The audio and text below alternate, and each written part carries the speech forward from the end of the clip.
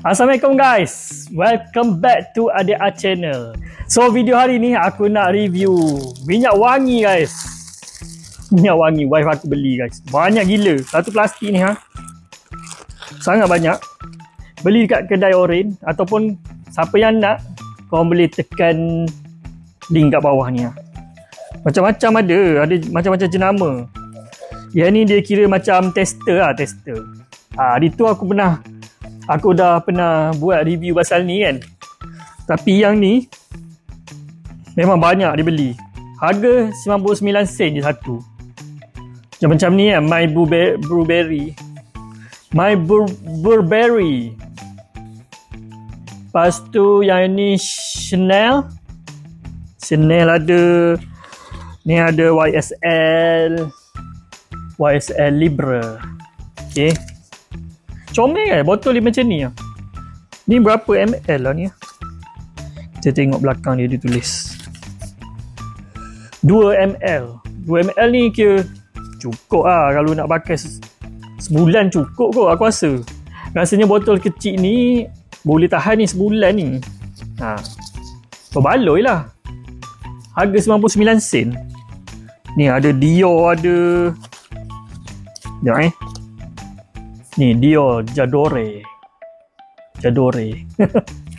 Lepas tu ni Tiffany & Co. Ni Coco Chanel. Burberry tadi. Lepas tu Dior lagi, Dior Joy. Lepas tu ni Chanel.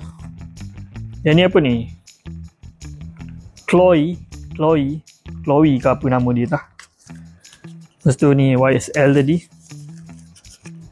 Banyak beli tadi. Ada dalam 12 ke 13. So ada lagi ni kat dalam bilik. So aku review yang ni je. Nampak? Wangi guys.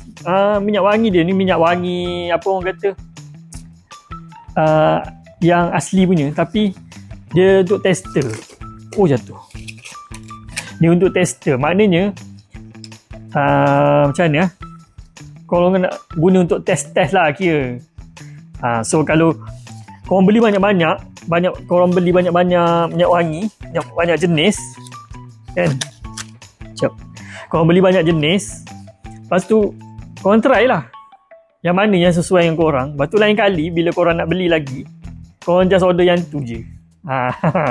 So hari-hari korang boleh tukar perfume korang. Murah je benda ni, 99 sen. RM1 lah satu.